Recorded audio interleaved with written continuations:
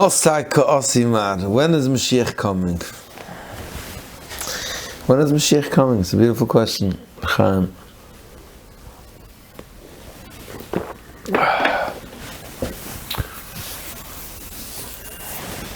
Such a deep question. So the first thing is that before we talk about when Mashiach is coming, we have to first recognize how much of Mashiach came already.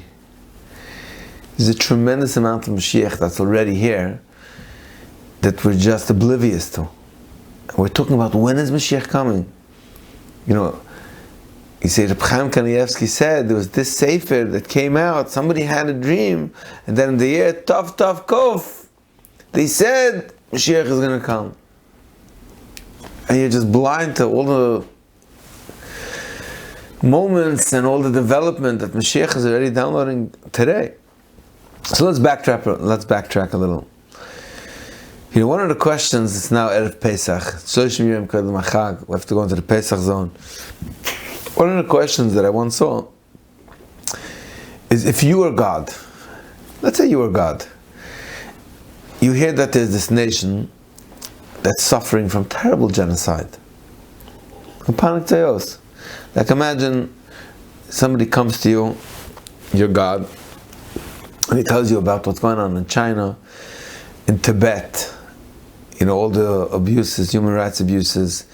The Dalai Lama is Fatrib, you know, he's in Gulis, he's exiled in India for so many years. And you want to help these people. What does it take for you to help them? Now don't forget, if you're God, you can do anything. So, you know, either you can strike all the Chinese dead, or you can pick up all of the Tibetans, and you can, you know, just transport them to a wonderful, mountaintop. You can transport all of their, I don't even know what they call their places where they meditate over there. And you can just reinstate the whole thing again. So, lahavdul, if I tell you, the Jews are suffering, you want to save the Jews, you want to get them out of Mitzrayim, what does it take?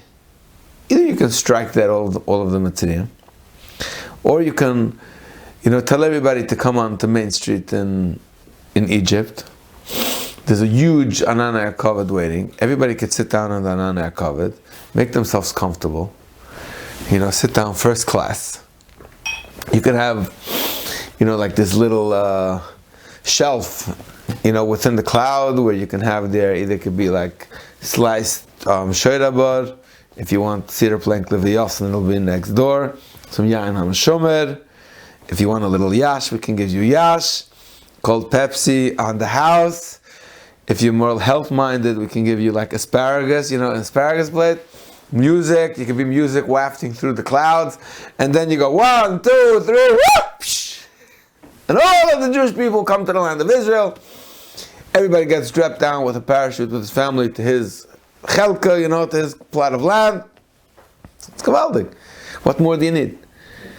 This whole thing that there's 10 makkahs, and then there's this whole joke where Pare comes and he says, I really want to let him go, but you say, and then finally after he chases, the Yidden go out and they get chased out, and then you get stuck between a rock and a hard place, and then there's the Yitzias Mitzrayim, and then there's the Shira, and then there's another whole disaster coming up with the Egel, that was last week's Parsha.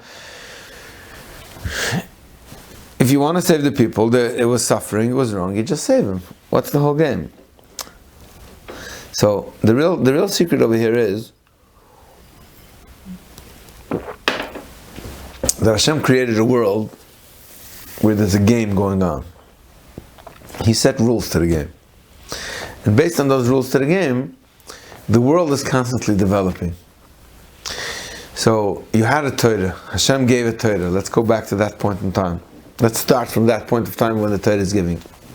Even though you can start all the way from the beginning of Adam Rishon, and you can go all the way how man developed until they were able to get to the Torah. Let's talk about post-Matan Torah. The Torah is given. Many people ask questions. Many people say, what type of a Torah is this? Kiyim kerish is bitel la'ama?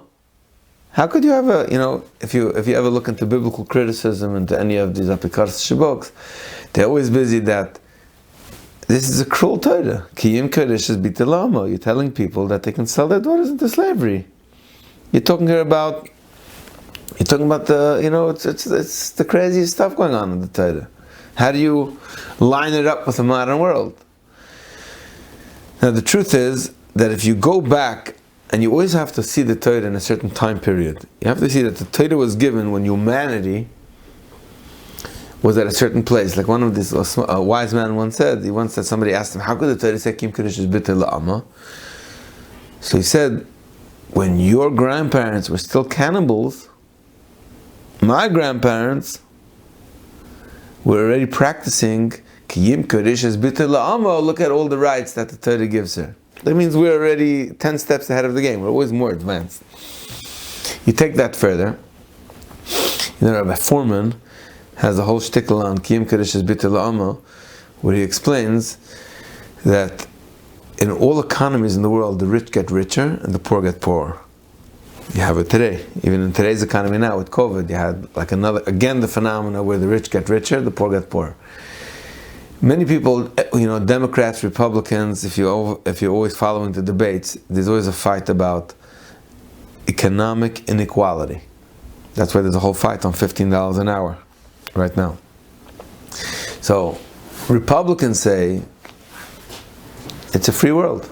We created a democracy, free commerce, everybody can do whatever they want. If you make money, it's fair and square. We're giving you everybody equal opportunity. Democrats say it's not fair, so they say that we're going to spread the wealth. We're going to tax the rich in order to give it to the poor. It's like a Robin Hood scheme. Communism comes along and say, no, we have to spread equality. Socialism, all governments are trying to come up with a way how they can level out and create that everybody should have an equal amount of resources, or a more equal amount of resources. Ultimately, it doesn't work. Why?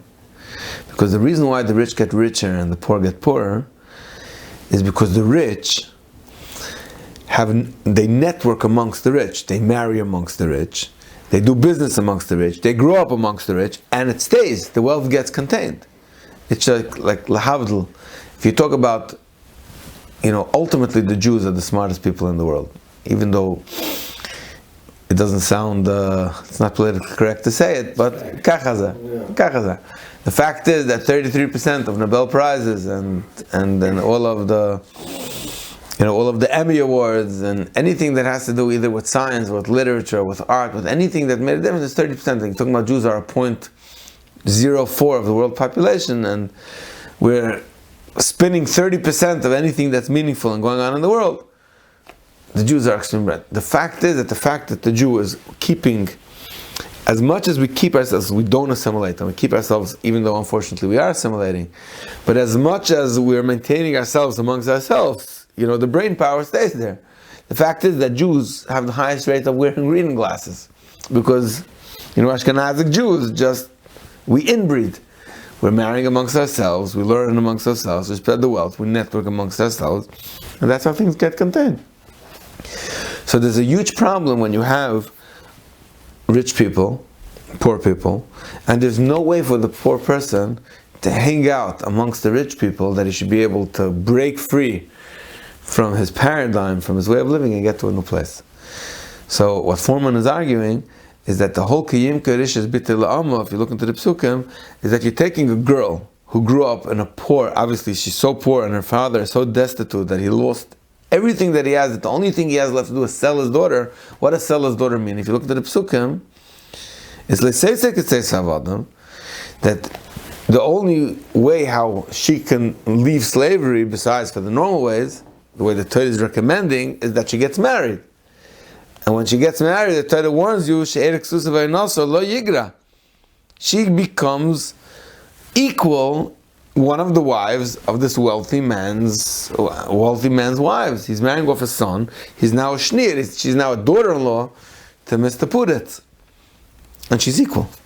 And the Torah warns, everything that we know about marriage in the Torah, that everything that we know of the obligations that a man has to his wife in Torah comes no more and no less from Kiyim Kadishas Bite La'ama, where the Torah warns, don't make sure that she doesn't become a secondary wife, she remains a primary wife. That's how we know in every single marriage what every husband has obligations to give for his wife.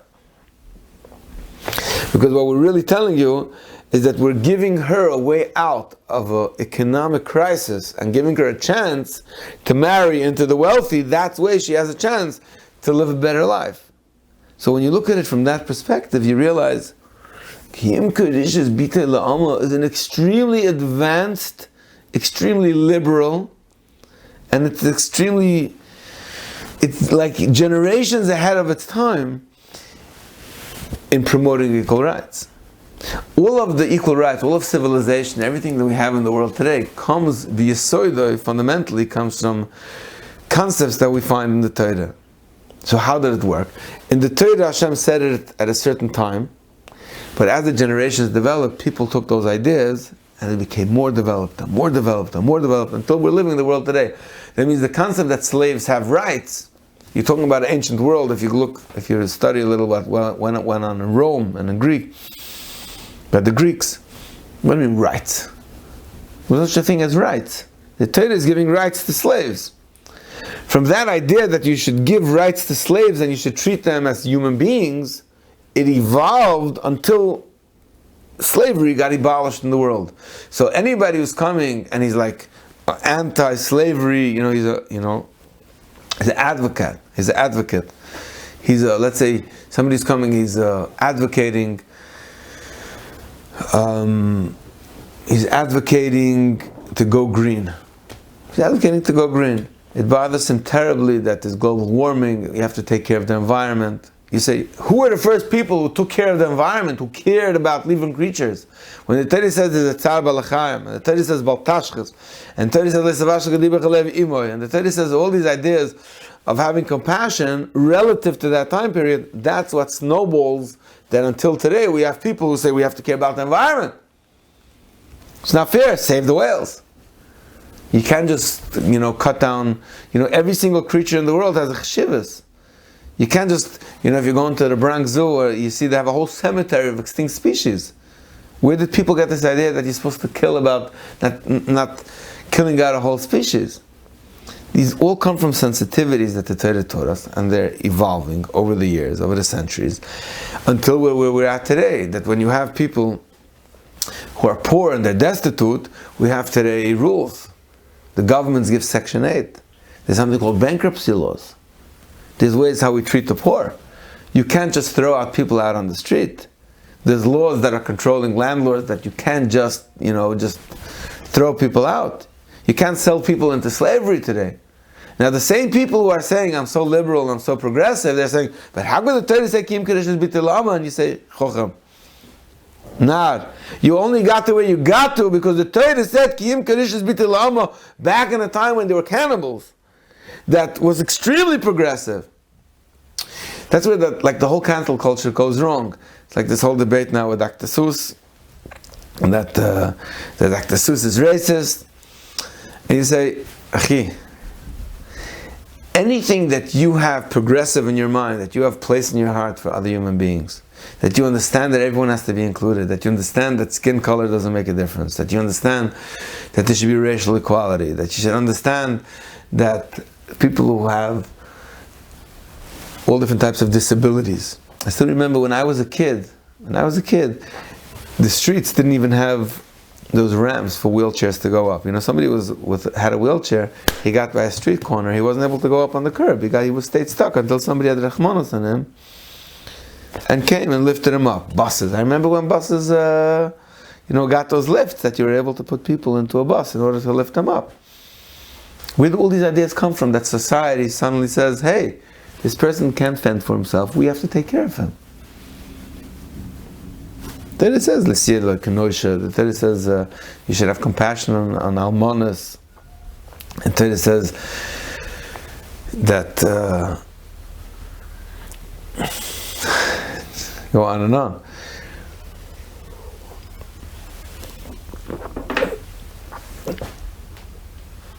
You can't take. You have to give back the Eirova, and you have to give back from somebody who you took away a mashkin from him. collateral, you have to give it back at night. All these ideas develop. So once you get this idea that the Torah works with a system, Hashem has a system in the world. He teaches things, and then He allows it to evolve over time. And humans have to take the ideas, they have to unpack it, they have to unpack the concept and apply it. They have to reapply it and reapply it. And as they're reapplying it, the world develops. So when we go to this whole concept of Mashiach, when people say, when is Mashiach coming? They're missing the point. Of course, Mashiach is buffering. And I'll give you a tremendous amount of examples. I mean, I have so many examples on this. I see it all the time. Can't cover everything, but just a minuscule amount of the examples that are out there. I once saw in Shifcha Baal Shem Tov, where he writes a story. There's a story in Shifcha Baal Shem Tov how the Baal Shem Tov was Mechayim Mesim, a child. And they write there, Bechai Shishim Shonim Shleimim, he lived 60 whole years. That means that it was a moifis from the Baal Shem Tov that a child lived until he was 60 years old. That means when you were 60 in the times of the Baal Shem Tov 300 years ago, you were an old man. I once Googled what was the life expectancy during that time period, in the time of the Baal Shem Tov. You know what the average life expectancy was? 26. People say 26. I mean 55, 50. No, because if you count in the child mortality rate, then most children died in infancy. So if you put those numbers in, you have an average life expectancy of 26. Today, if you put in what's the average life expectancy in America, it's like in the high 70s, I don't know, 78, 80. You go in Japan, it's like 83, 85, something like that. That means we're living now at Tchias HaMesim. We're living now at Tchias HaMesim. Okay, I'm sorry, Chaz v'Shalom, we're not living at Tchias HaMesim. But we're living in Arichas Yamim. Relative to the life expectancy, we're almost 2.5 times the life expectancy from 250 years ago. Less than 200, 150 years ago. We're 2.5 times that. When you're talking about poverty, where we're living now, everybody goes to sleep with stomach in their, with food in their stomach. The poorest person today, let's talk about Yidden. I can't tell you about the whole world. There is no such a thing as let's talk about the smallest box possible. There's no such a thing as an Orthodox Jew in America that if he wants to eat, won't have food in his stomach. Every single day. You can go to any shul, you can go to any chasna, you can go to any bar mitzvah. There's organizations. Everybody has, if you want, you can have a roof over your head. If you want, you can have. There's medicine available for anybody. There's refuahs. There's vaccines. You know what vaccines accomplished in the Bria? It's messianic vaccines. If you spoke to people who were my grandparents, you spoke to people, they came from families that half of the children died in childbirth. We're living today in a generation where a person can have a family of 10 children, and all of them should live averages of 75, 80 years old. Chaz v'Shalom, there could be a tragedy where somebody's nifted, but not relative to the way things were 100 years ago. When you're talking about wars, even the wars it's not even comparative, you can't even compare. Education. The education is way and beyond. Anybody who wants to be educated can get education. There is nobody in the universe today, come out, I can't say nobody. Most of the 8 billion people on the universe, if you want to be educated, you can educate. You can go online, you can go on Khan Academy, you can learn anything for free.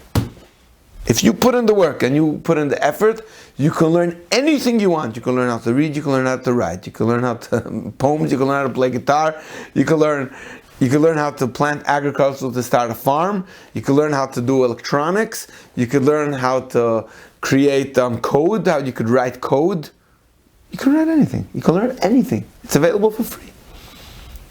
We're living in the amount of chokhmah that's available, the amount of wisdom, the amount of compassion. It's ridiculous amount of compassion that there is in the Bria. I'm not talking about in Yiddishkeit, which we surpass anybody 1,000 times fold. But even in the B'riyah B'chlal, societies, goyim, secular societies are taking care of their poor, of their homeless, giving free medicine, protecting rights, taking care of people who are invalids, people who have mental health issues. You know, when I was a kid, there was Meshugoyim. When I was growing up in Borough Park, there was Meshugoyim on the street. We all knew them. Where are all the Meshugoyim today? Where are they? They were given medicines. They were put into homes. We're developing by leaps and bounds. The abuse that used to go on 100 years ago, if you compare it to today, we're living in the best of times. We're living in amazing times. What abuse. It's people scream and they shray. They talk about a racially divided America. A racially divided America, you walk around, if you're even, I'm talking about a Frumiyid, you walk around anywhere, so it's anti-Semitic. Come on. It's called anti-Semitic? You know what anti-Semitic means? Talk to your grandparents what anti-Semitic means. I'm not saying that we're loved in the whole world, but it's 1,000 times less than it used to be.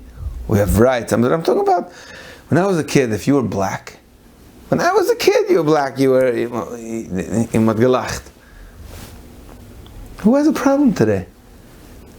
Anything, if you can become anything and you can do anything in most of the world today. Now you're going to say there's countries that are fine, the countries are also developing. And I saw that in Eretz Yisrael, there's a whole organization in Israel, they go to Africa and they bring fresh water. You ever saw that organization? I don't remember the name. A bunch of Fraya, Israeli Yidden, have this organization where they go around to villages in Africa and they bring, their mission statement is to bring fresh water to every single village in Africa. They go around to Africa and they pull, you can't imagine the Semche Gedoyle in Africa that there's fresh water. People are schlepping buckets like in the Haim, you know. They're schlepping buckets of water. Fresh water. These are Frei Yidden. These are people not Shemet Torah mitzvahs. These people have no... It's unfortunate because halavai they would be able to retrace where they got their inspiration from back to the Torah and they would be able to live a much richer life. But... So, when people ask when is Mashiach coming, first recognize how much Mashiach came already. How much Mashiach came? So now people say, yeah, but people are suffering today. You know how many boys are out of yeshiva? You know how many people got divorced? You know how many people are nebuch, losing touch with Yiddishkeit, who are living a lie? Yeah, I know. And we're still living in a messianic world. We're living in a world where there's Mashiach all over. Every person has an inner Mashiach that he has. So the real question when you say, when is Mashiach coming? You have to ask, when is my realization of how much Mashiach I have already coming? That's a very good question. Now you asked a very good question. When am I going to be zoicha to appreciate how much Mashiach I have already in my life today? That's a very good question. That means when you ask, I wish to please bring Mashiach, the first thing we have to beg is, I wish to please, let me realize how much Mashiach you brought already. And then I'm going to beg and I'm going to pray that more Mashiach should come into the world. And I'll dedicate my life to bring even more Mashiach into the world, to bring more inspiration, to bring more unity, more understanding, more development, that no child should be left behind. Every single creature should be able to recognize you. Everyone should have what they need, and everyone should recognize it. Everyone should appreciate it. You know, one of my friends once told me this Gewalt line. I said, he told me his grandmother, he had this Ingerish Baba, this Hungarian grandmother used to say, that around every single healthy person there's a crown, a halo, that only sick people merit to see. That means you have somebody who's healthy, you walk around, you're bretching, you're complaining about why your boss and why your wife and why you're this and why you're that. But the second Chas v'Shalom somebody becomes sick, then he says, wow, I wish I could be healthy. So the sick people look at the healthy people and they see a halo, a glow. But you know how sad it is that the healthy people don't walk around appreciating that they have health. We have children, we have homes, we have cars, we have jobs, we have credit cards. And you say, oh, credit cards are a terrible thing. Hello. I know we all need a ticket. We're all here for a purpose. We have to learn self-control. To talk about all the chesronos and all the problems is very easy, but you're nuts if you don't recognize how much Mashiach is here now. And that's the real story of Mitzrayim. The real story of Yetzias Mitzrayim is that Hashem makes a talich. He has a talich of how you leave Egypt. It's a talich. It's a process of slowly getting the world to understand that Hashem echad, that Hashem is one, Hashem is everywhere, Hashem is here, Hashem is there, Hashem is really everywhere. Up, up, down, down, right, left, and all around. Hashem is in the vaccines, Hashem was in the corona, Hashem is in people who make money, Hashem is in the people who lose money, Hashem is everywhere. But there's a talich, there's a process that Hashem brings us to chap and say, wow, Hashem is there too, Hashem is there too. And every time we chap and we say Hashem is there too, a little bit of Mashiach came more into the world. Every time a person says, wow, Mashiach, we're living there. So Yetzias Mitzrayim is a talich. There's 10 makkos. Every person goes through these makkos. And if we could go into details on what it means, dam, tzvardeya, I could go into every single detail. It's unbelievable secrets that lie in the makkos, and what it means getting stuck between a rock and a hard place, and what it means to pray and get down on your knees, and what does it mean that the Yam Suf splits and we're able to go across to the other side of a Yam Suf, and what does it mean to get the Torah and to Chet Egel. Everything is happening again. It's a talich for the world to realize, from a pantheistic world, a world that has many gods and it's fragmented and everybody's fighting and everybody, to bring it to unify it. That's the story of Yetzias Mitzrayim. That's the story of Mashiach. It's the same story. And everybody has to first, we have to make a new campaign. Moshe, we have to make a new campaign.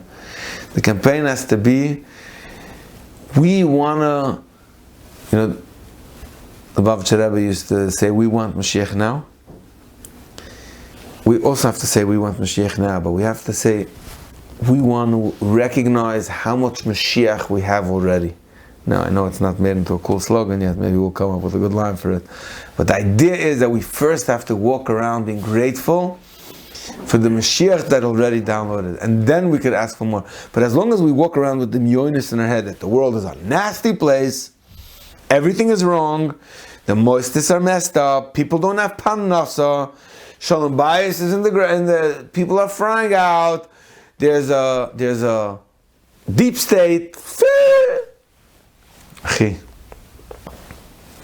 No. We're living in the most beautiful time, in the most beautiful world. And Sakaka, we're asking Hashem, please allow me to appreciate all Mashiach you've brought down already. And now I'm begging you, we want Mashiach now. I want that this realization should come down and it should become 10 times more.